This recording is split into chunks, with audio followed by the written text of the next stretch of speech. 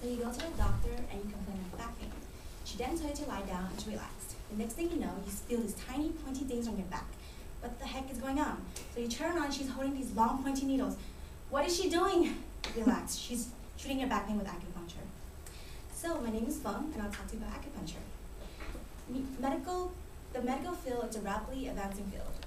No longer limited to Western medicine, more and more Americans are seeking other treatment options used by other cultures. So with all these stress we college students face every day, school, work, relationships, you name it, it's no wonder that we feel like sometimes we're worse than the elderly. Back pain, fatigue, constipation, cramps, etc. Therefore, it is very important that we seek out as many treatment options as possible for these problems that we may encounter in our college career and throughout life. So, why do I care about acupuncture? When I was little, I remember seeing a commercial where I saw this physician putting needles onto a patient's face. As a child, I thought it was really strange, yet very interesting how poking someone's face with needles is supposed to make them feel better. So therefore, today I'll talk to you about, in addition to traditional Western medication, one can turn to Chinese alternative medication for the treatment of various medical conditions. One can turn to many different treatment options for the treatment of various medical conditions. Okay, so I'll talk to you about the history and the background information of acupuncture, what it treats, how does it work, and the benefits and the potential risks associated with acupuncture. So acupuncture refers to a procedure using fine, pointy needles to stimulate anatomical points in the body. According to Stephen Birch and Robert Felt's Understanding Acupuncture, published in 1999, acupuncture emerged in China at least 2,000 years ago, with its earliest history recorded around 200 AD during the Han Dynasty. So,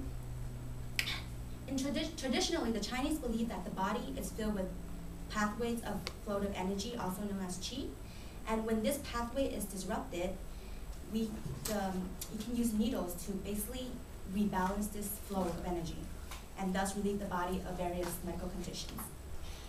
Today, in the modern world, especially Western world, scientists think that these pathways are actually points in the body where nerves, tissues, and muscles can be stimulated to increase blood flow, therefore increasing the body's natural painkillers. So with that said, I'll now talk to you about what does it treat and how does it work. So according to Mayo Clinic's webpage published in January 2012, acupuncture is used to relieve various conditions including back pain, headaches, osteoarthritis, cramps, etc., and includes 4 basic steps. So first, the physician or practitioner will examine you, ask you a series of questions. What are your complaints? Like where's the pain?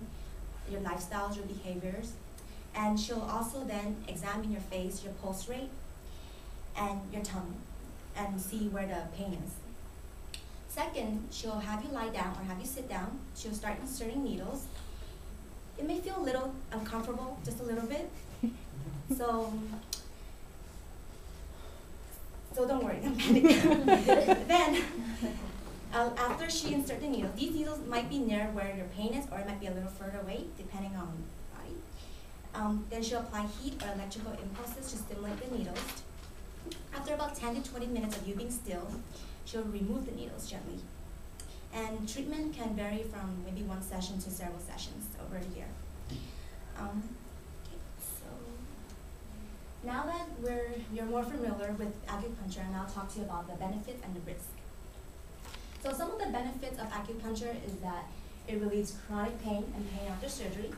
In fact, according to an article written by Dr. Vanita Jindal, published in the journal Pediatric Hematology/Oncology in June 2008, acupuncture is effective for preventing nausea after surgery in children and alleviating pain.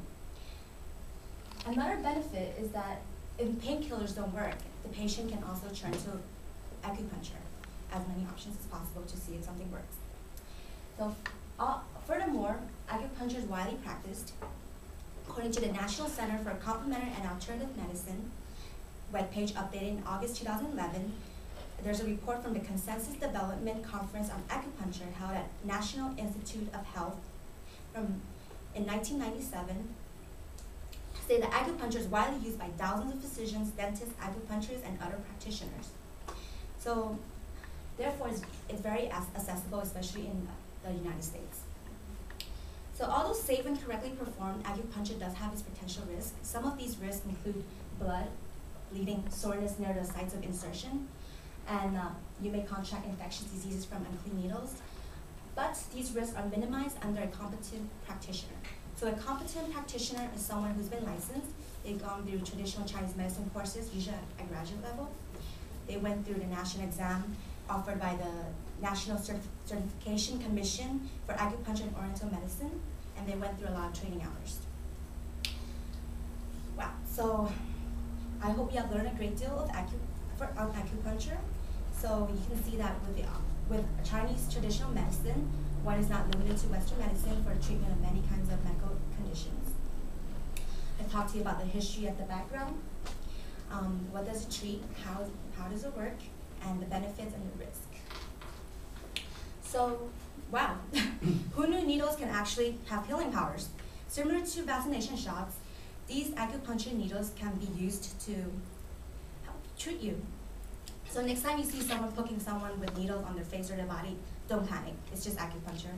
But if they're not licensed or certified, you should panic and maybe call the cops. It's okay.